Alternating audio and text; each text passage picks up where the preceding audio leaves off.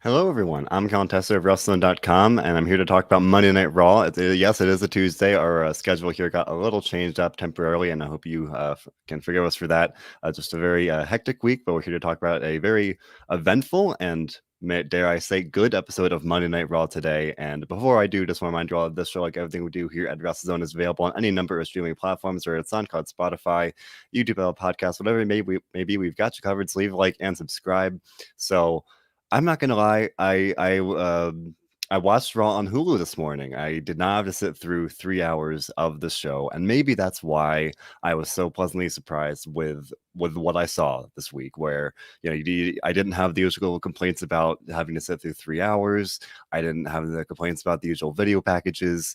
It was a very condensed hour and a half, and I really enjoyed this week's show. Again, with Raw, we say it every week. The bar is very low, the standard is very low. So when a show like this one comes around, that's actually fairly good and pretty darn enjoyable, it feels that much better when week after week Raw is lacking and disappointing. And if I feel like we're just it's just so there's so much negativity about it. So this week's show, even if it's just a one-off, a very refreshing change, a step in the right direction, and that's why I enjoyed it. I mean, going into Hell in a Cell, things have been pretty stale. We're getting even more of Bobby Lashley and Drew McIntyre, and just like, kind of going on and on here. Not a lot was changing, and just the various booking between Rhea Ripley and Charlotte Flair, all these, pretty much a lot of Raw storylines, especially, just were lacking in some way, shape, or form. And I feel like I've said it across both Raw and SmackDown post shows. I was really hoping that uh, we'd get some new directions coming out of Hell in a Cell, and that was right away the case on Monday Night Raw this week. Moving on from Hell in a Cell, and already it's on to Money in the Bank here. Changes in the air, and right away, Bobby Lashley was there in the ring celebrating his WWE Championship defense. Kofi Kingston comes out and says, basically, I beat you once, I'm going to beat you again, and I'm going to challenge you for your title at Money in the Bank. And John Clark and I talked about it after Hell in a Cell, right in our post show for that. With the fact that Drew McIntyre couldn't challenge for the title, Kofi made the most sense based on that history, based on the fact that nobody else seemingly could really step in and challenge Lashley right away. So I'm very happy to see that, rather than maybe somebody random and kind of quickly trying to build up something in the next couple of weeks. I believe I heard that Money in the Bank was 4 weeks away from Sunday, or maybe that was yesterday, but basically call it 4 weeks roughly until Money in the Bank. They've already got this pre-existing connection between Lashley and Kingston. We've seen in recent weeks, Kingston and MVP been interacting backstage, setting that up. So this makes a lot of sense to me. I'm on board with it. I think it'll be a good match. I enjoyed the match that they had a couple weeks ago. So I'm very interested to see how they build this up over the next couple of weeks. Now, I should say, while I'm on the subject, the main event was a Hell in a Cell match on Monday Night Raw between Bobby Lashley and Xavier Woods. Basically, Lashley challenged Woods after he accepted Kingston's dare to face him at Money in the Bank. And granted, I think it's fair to say that the real, reasoning behind this match was that SmackDown had a Hell in a Cell match, and that was over on Fox. And I feel like, somebody over on the USA side of things said, "Hey, SmackDown on Fox got a Hell in a Cell match. We want a Hell in a Cell match." And given that the Hell in a Cell match was just on Friday, this may have been a fairly last minute thing. That is I can't help but say that's my thought on the matter. That's not official. That's not, any even report or whatever. I'm just saying I couldn't help but think that when I was watching the show where, Lashley faced Woods in this main event match in the Hell in a Cell, it would have made all the sense in the world to have Lashley face Woods based on this challenge from Kofi Kingston. But you throw inside a Hell in a Cell match, and obviously going into the pay-per-view, the argument about Hell in a Cell is that the stipulation doesn't mean anything anymore, and there's no real purpose to it. It's just kind of matches are thrown into it, and then literally they did that on Raw this week. No real reason to have the Hell in a Cell match, but as I said, I feel like the USA Network, somebody over, somewhere along the way, I feel like somebody said, "Hey, Fox got a Hell in a Cell match. Where's ours?" And there you go. So maybe I'm wrong, but I do think that there's some fair that's some fair speculation there. But Benjamin A. Jones in the comments here saying he's so sick and tired of the New Day. Kingston and Xavier Woods are the New Day at this point. Big E is over on SmackDown. Now, I can't help but wonder if, we are going to see Kingston at Money in the Bank. He's going to face Lashley, but we've been seeing this interaction with Kingston and MVP in recent weeks. MVP saying, you don't have what it takes to be a champion anymore. You're a clown. He said he called him a clown on Raw this week. So, assuming, and I would very much assume at this point, that Kingston will lose Money in the Bank, could we see Kingston turn heel and join forces with MVP, and in that case, presumably turn on Xavier Woods, and then, like as we just pointed out from Benjamin A. Jones, then maybe the New Day would be over. They'd be done. Splitsville. Maybe, right? I think that is a possible direction here. But overall, even though the Hell in a Cell main event did feel a little gratuitous and unnecessary, I thought it was a good match. John Clark and I have talked about it in recent weeks where Woods has put on several good matches on his own lately. I'm trying to remember. He faced Riddle one week, and I think he faced Randy Orton the next week. So, definitely seeing some more chances to have Woods compete by himself. And this recent speculation about the King of the Ring tournament, obviously Woods has rallied to be in that tournament for quite a while now. So if/when the King of the Ring tournament comes back, presumably, I would guess maybe the fall, if it does happen, I would definitely consider Woods one of the front runners to win that. In the end here, this was a Hell in a Cell match, but Lashley, and I should say Woods got in a good amount of offense. He looked pretty darn good against the WWE champion. Lashley won, and then MVP locked himself inside the cell with Lashley and Woods to keep Kingston out. Lashley beat down Woods after the match, locked him in the Hurt Lock, and made Kingston watch as he just beat down his best friend. I thought that was a nice touch, a nice way to pretty quickly, add even more heat to this feud here. So I definitely like that, and I'm very curious to see what happens next in terms of beyond already saying that Kingston beat Lashley. What else can they really do to make you suspend your disbelief? Because I really don't think Kingston's going to win, even though he is a former WWE champion, even though he did beat Lashley. That is true. I really, especially at this point, SummerSlam's right around the corner. Even if we don't see the Brock Lesnar dream match, I have to imagine Bobby Lashley's the guy that they want on the Raw side of things as the champion. That would be my thought. So, and again, I could be wrong. And anything can happen to WWE. You never know. But I don't. And I said a couple weeks ago, I didn't necessarily know that I wanted Kofi-Mania 2.0 to happen, but I'm on board with it. Though I don't necessarily see the full Kofi-Mania experience happening this time, where I don't think he's going to beat Lashley and win the title on Raw. I mean, it's a possibility now that he's going to be challenging, but I don't necessarily think that's the more likely outcome at this point. But that is the main the big takeaway from Raw at this point. In terms of the main event scene, Drew McIntyre's out, Kofi Kingston's in. He will be challenging Bobby Lashley at Money in the Bank, and I'm looking forward to that. But there was a lot to dig into on Monday night. I mean, we saw Nikki Cross become a superhero. That was a big thing that I had not seen coming whatsoever. Nikki Cross in recent weeks, she has been more prominent than she had been in several months. She technically defeated Rhea Ripley and Charlotte Flair in Beat the Clock Challenge matches, and they made it at least kind of seem like they'd be, maybe putting her into the women's title scene. So maybe that's still a direction where they were going. At least, I should say, before I get into the superhero aspect, she did qualify for the Money in the Bank match on the women's side of things. So, in theory, she could win that match and go on to challenge for the title. So I don't know. I mean, based on this very quick turnaround where she went from not being on TV at all to now she's A, regularly featured, B, repackaged, and now C, in the Money in the Bank match, it's pretty easy to see that maybe they might just, go through that after all. Getting some comments here about Nikki Cross. Michael Kent calling her the Hurricane. And yes, she is a superhero now. We'll get into that.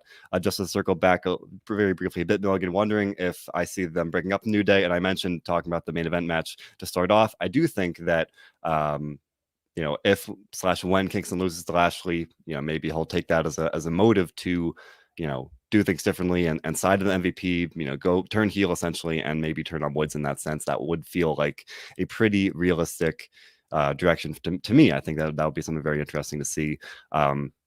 But back to Nikki Cross, yes, she is a superhero now. She cut an inspiring promo backstage before her match, and she was very clearly in a superhero outfit. And she was saying that she feels revitalized and re-energized and and I guess inspired lately, and she wants to share that with everybody else. She wants everyone else to feel inspired and like she believes in herself and she wants to pass that off to the fans and all that kind of stuff, and that's nice, right? That's inspirational, and it sends a good message. Seemed a little, I don't know, I don't want to say corny, but I mean essentially, yeah. I maybe it was the delivery, or if we're gonna assume that it was a scripted promo, it did feel a little forced, but I don't know. I mean, I will say just to share my thoughts about the character. I'm a big fan of superheroes and comic books. Looks like that's not the problem at all. Same thing with Alexa Bliss and her the Lily gimmick and all the Fiend stuff. I love horror movies, so it's not like I'm automatically not into that anyway. But then when it's booked in such a way that I don't necessarily think it's done very well, then I'm not gonna like it just because I like the source material, right? I'm not gonna like this character just because I like superheroes. Granted, I'm not gonna write off either. I thought the promo wasn't great.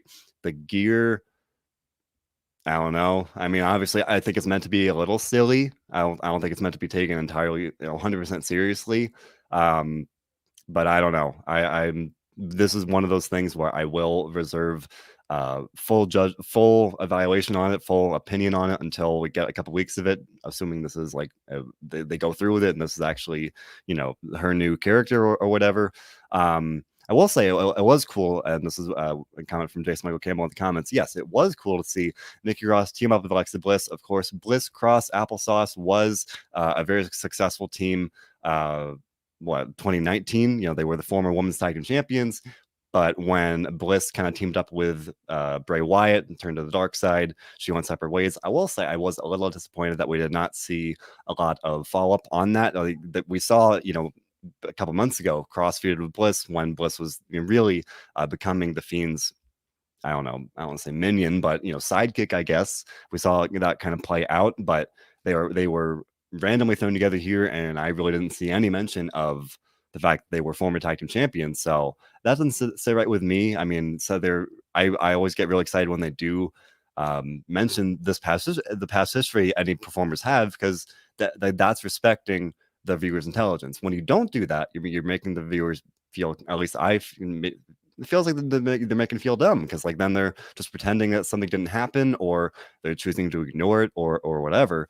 Whereas this match could have been even more meaningful, where it's like, okay, Bliss and Cross are at least temporarily reunited, and Cross has this new superhero character, so it's doubly as meaningful.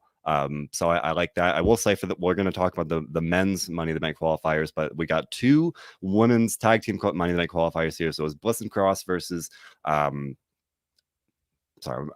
and Naomi won the other one. Oh, this was Shayna Baszler and Nia Jax. We got a continuation of that feud. Somehow, John and I were talking about it on Sunday night. Somehow, Shayna Baszler and Nia Jax have not broken up yet. And yet again, another night they could have done it. Baszler and Jax are still together, but Bliss and Cross did win this one. Bliss basically used her hypnosis powers yet again and helped Cross pick up a win. So Superhero Cross picked up a win on her first night with this new character. So like I said, very quickly, Cross has really kind of taken off here, going from 0 to 100 of not being on TV to now being in the Money in the Bank match. So suddenly, especially in a women's division that in some ways lacks some depth, I could see her winning the Money in the Bank match. I don't know. I mean, again, now that she's in the match, it feels possible. So we're gonna have to wait and see what happens with that. It'll be interesting is over on SmackDown. I think based on the match graphic, there'll be 8 total slots for the women's Money in the Bank match, and there are literally 7 women on the SmackDown side of things. So if they have 2 tag team matches on the SmackDown side, like we just saw for Raw, that would mean that 6 of the 7 women in the SmackDown division will qualify, and that seems a little weird to me. Again, Robert and I talked about on the SmackDown show. John and I have talked about it before, but that's definitely a problem when you've got 6, or I should say 7 women on the SmackDown side of things, and then if you assume that 6 could qualify, like That seems a little weird to me, but well, I guess while we're on the subject, over on in the other tag team qualifier, we saw Asuka and Naomi qualify for the Money in the Bank match by beating Eva Marie and the newly named Doudrop. Now, this had been rumored before, but yes, the Doudrop is officially Piper Niven's name. We saw Piper Niven debut last week. This week, before the match, Eva Marie and Piper, or I guess the newly named Doudrop, were backstage. And on the graphic before that, that had Eva Marie and her partner. So they very clearly were trying to continue that, that mystery, behind her name. And Bit Milligan asking why they changed Piper's name. I don't know. They decided to change it to Doudrop. And I'm not gonna say what it means because it's it's not exactly a PG. But if you want to go with the Urban Dictionary and look up what Doudrop means, I would suggest you do that because the idea is that it's an insulting term based on at least some context, and at least to be for someone to call someone else that, it's definitely not a nice thing. And so for Eva Marie to name Piper Niven that, and yes, Piper didn't like it. It was very clearly an insult. So that right away established some tension. Now, it was interesting that last week Piper debuted, no name, but she picked up a win over Naomi. And this week, Asuka Naomi versus Eva Marie and Doudrop in a tag team match. And right away here, Piper was dominating the match. Eva Marie tried to tag in, steal the glory, and Piper very quickly got frustrated. And then when Eva Marie needed help, Piper got off the apron and cost her the match. So Asuka and Naomi won. Eva Marie and Doudrop lost. So it feels like they are very quickly, taking something that usually takes months to play out. Of like, okay, someone brings in someone else as a enforcer or a sidekick or whatever you want to say, and they slowly build that tension. Whereas literally 1 week they show up, week 2 they're already kind of clearly going for and heading toward that split. That does seem very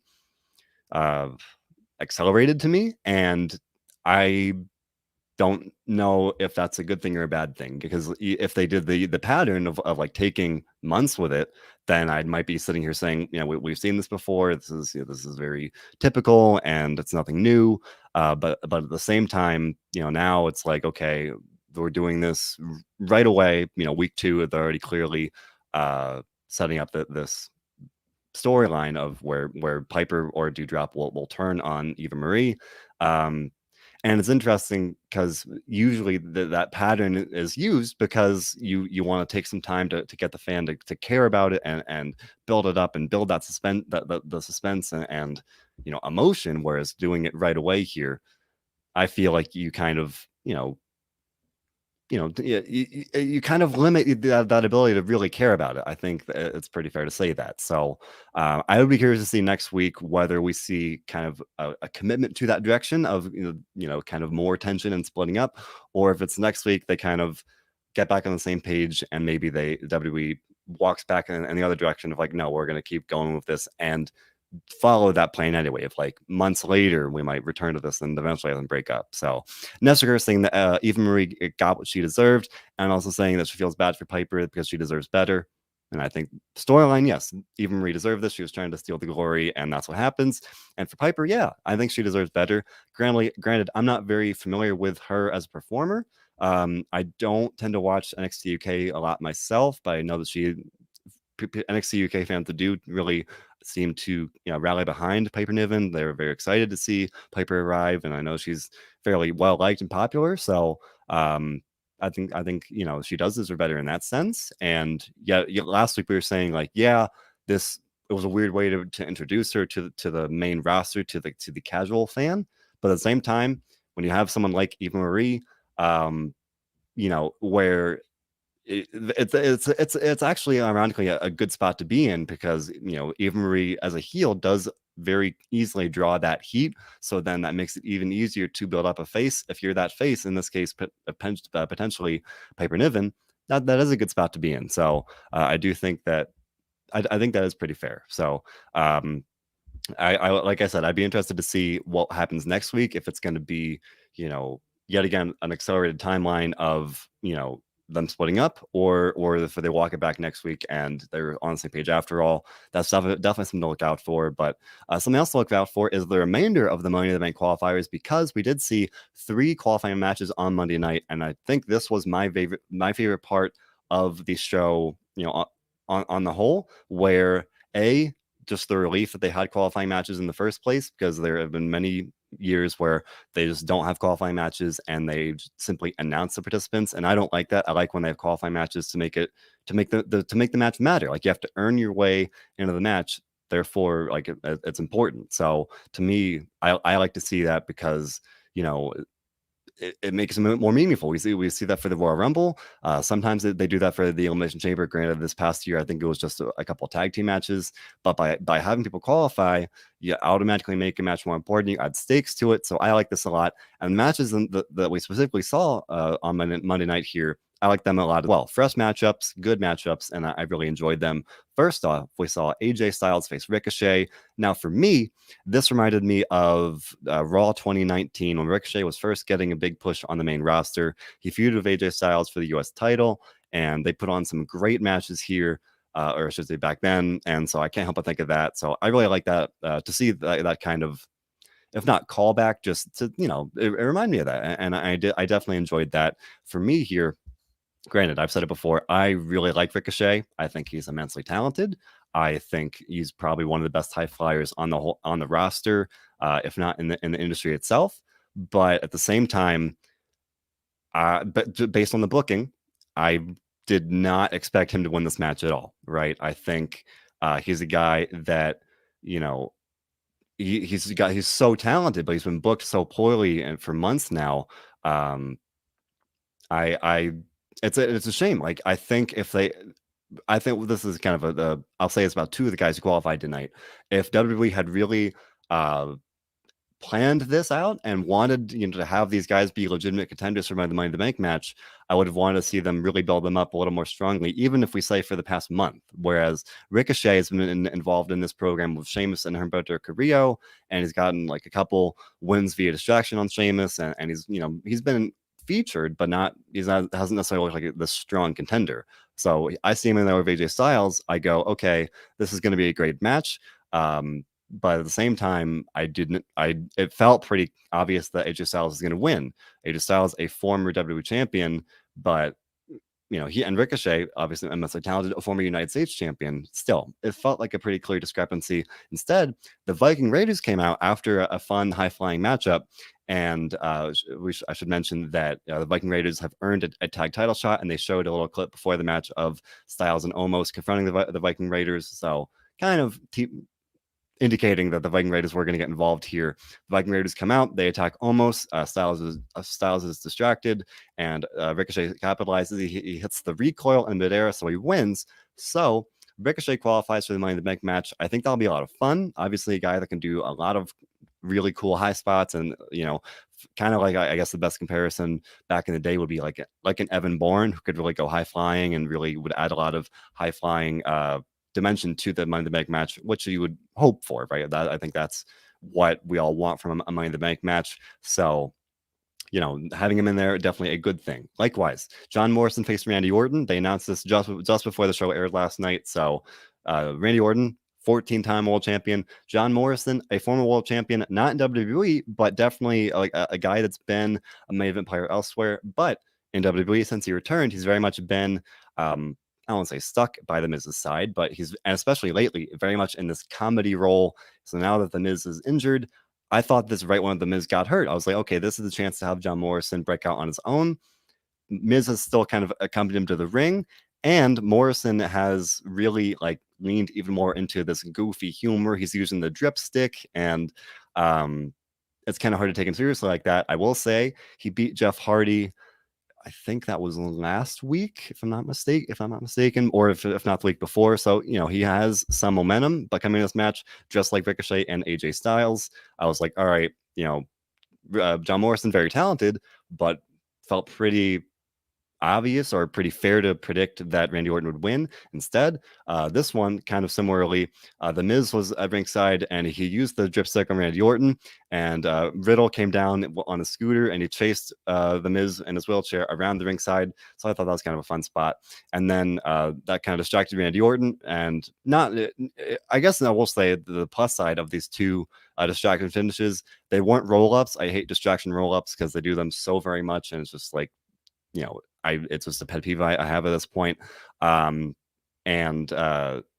it was still like a pretty clear pinfall, whereas like usually we see just distraction roll up. So at least that was a little different. And I will say again, maybe I was a little more forgiving because I watched a very condensed hour and a half version of Raw on Hulu, but I wasn't already frustrated about having to watch a 3-hour show. So I was more forgiving, and then I could very clearly see the direction. For AJ Styles, it was like, all right, he got distracted by the Viking Raiders. We're going to get that tag title match. That's cool. For Randy Orton, Riddle came down and accidentally cost him the match, and that helps push along the RK Bro dissension, I guess, or just storyline overall. So I was on board with that. John Morrison pinned Randy Orton, so now John Morrison will be in the Money in the Bank match. So right there, two guys very, very talented. You got Morrison and Ricochet, two high flyers, two guys that on paper they could win. But again, I have a hard time taking that seriously because of the way they've been booked recently. So again, I like both guys. I think they're both very talented.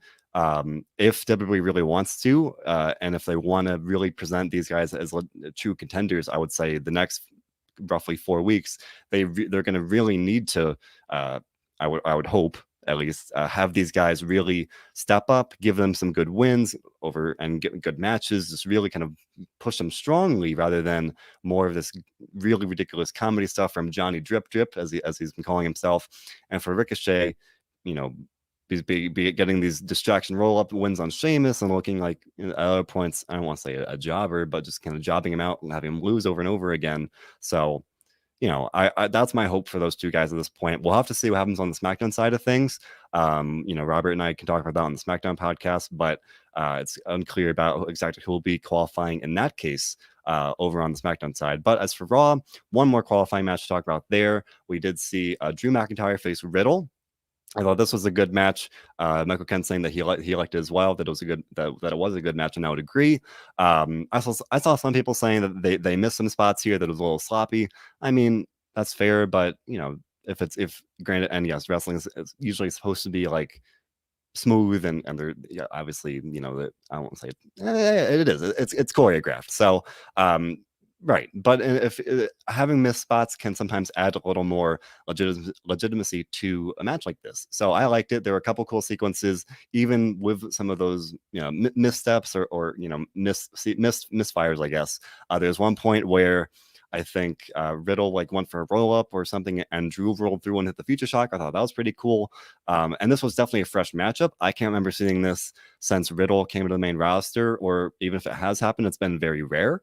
So definitely, it's kind of the theme of tonight. I think I saw Randy Orton, John Morrison was the first time match as well, and this was the first time I could recall seeing this one, Riddle and McIntyre in the WWE. So definitely like that. And Riddle won. Randy Orton was on was on the ramp. He was watching. He was clearly unhappy that he lost. But Riddle pinned McIntyre clean. It was not a roll up, but essentially kind of he rolled through an electric chair, pinned him that way. So Riddle pinned Drew McIntyre cleanly. Of course, Drew McIntyre was not 100% after Hell in a Cell. So big win for Riddle here. And at least at this point, of Ricochet, John Morrison, and Riddle, I would definitely consider Riddle the favorite at this point. But next week, we'll again talk about it in a minute. We're going to see one more qualifying match on the Raw side of things. But I should mention before that, after the match, Riddle came up to the ramp. He wanted to celebrate Randy Orton, but Randy Orton was standing there, his arms across. He was very upset. He was mad that Riddle accidentally cost him his match, and Riddle was very upset, starting to say like, "Hey, you can talk to me," and very clearly going with those seeds of dissension and some tension there. So for me, there was definitely a solid maybe 30 seconds or as just after this match when they had this kind of not stare down, but when Riddle was trying to kind of talk to Randy and Randy was not talking to him, I really did think that they might just jump the gun and have Randy turn on Riddle. Thankfully, they didn't do that, but it definitely did. They had this great feeling of suspense where I was like, oh, are they going to do this? Are they not? That was definitely one strong point there. And instead of any turn, nothing happened, but it definitely was a very tense moment. So definitely something to look and keep an eye on going forward. But next week, we will see a last chance qualifying match. It'll be Styles versus Randy Orton versus Drew McIntyre, the three guys who lost on Monday night. I will say it's a little weird to me that McIntyre gets another shot because I think AJ and Randy Orton have fair complaints. It's like, okay, that they were distracted, and that you could pretty clearly kind of justify that.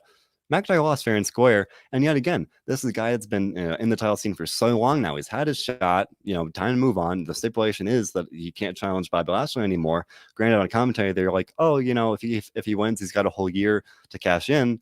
But like, come on, I took a bit of an issue with that. Like, move on to something else. We did see, I will say, a very brief backstage segment where it was, I think, with Jinder Mahal, Cedric Alexander, Jeff Hardy, and maybe somebody else. They're backstage and they're upset that they didn't even get a qualifying match. And Jinder teased that he was going to attack somebody that already qualifies.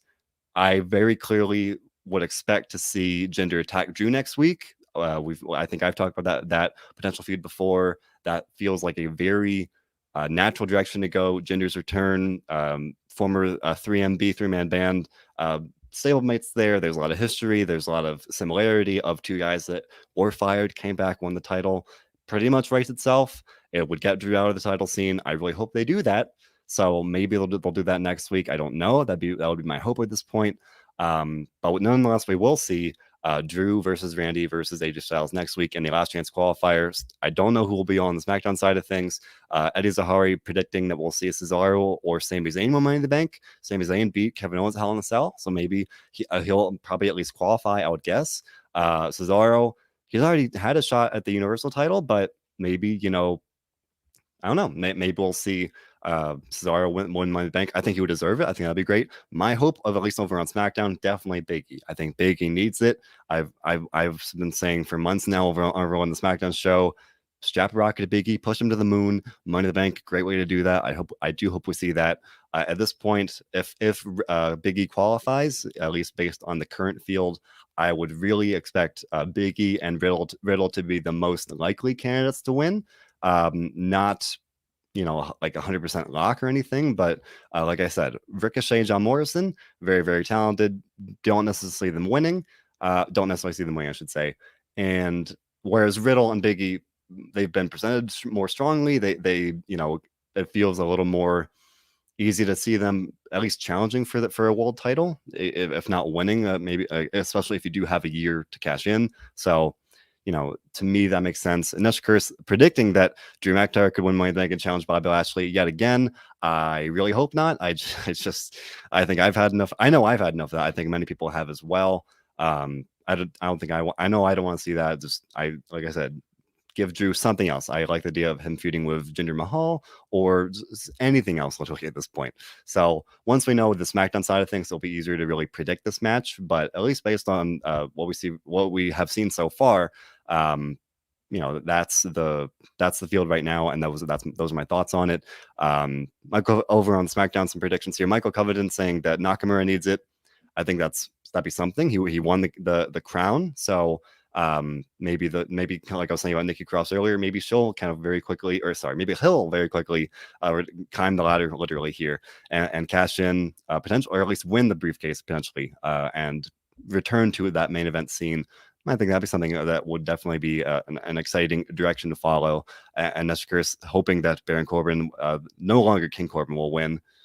I think it could happen. I think that'd be something that would reignite his run over on SmackDown, or if he gets drafted to Raw later on, just in general his run on the main roster. So there's a lot they can do with it, and that is why I love Money in the Bank so much. I think it's just a really a time of great possibility where I'm sitting here saying, yeah, I don't think Ricochet will win, but he could. Anything could happen. So there's definitely a lot of possibility there, and I like that a lot. Otherwise here, not too much to dig into. Otherwise, we did see a confirmation of two matches for Money in the Bank. I should say we're talking about Kingston and Lashley earlier. Kingston will challenge Lashley at Money in the Bank. That is official. And so is Rhea Ripley versus Charlotte Flair at Money in the Bank, a rematch for the Raw Women's title. John and I were talking about that on Sunday after Hell in a Cell. And it was pretty clear that they would be doing a rematch there. Adam Pearce and Sonya Deville pretty much criticized Rhea for getting herself disqualified, even though we've seen that many a time in WWE history. Charlotte Flair came out and said, props to you, kid. You did what I would have done. And that's what Rhea said herself. She said, Charlotte has done this a million times. I was assuming what she would have done. So some mutual respect, maybe a little bit there. But at the same time, Charlotte said, but I'm still going to destroy you. So we will see that rematch at Money in the Bank. Money in the Bank, the first show with fans back. So that'll definitely be, I know I'm looking forward to that. That'll be a lot of fun. Having those fans there and just, the card is shaping up at least on Raw and with the Money in the Bank matches themselves. So I know I'm really looking forward to it. And like I said at the start of the show, Raw this week, especially if you're comparing it to some of the recent ones we've seen in the past couple of months, pretty darn good. Like, you had matches that mattered. You had fresh matchups with Riddle and Drew, John Morrison, Randy Orton, and even though it wasn't necessarily fresh, AJ and Ricochet always do great stuff when they're compared together. So matches of stakes, and granted, not that I wanted to see a fairly meaningless Hell in a Cell match in the main event.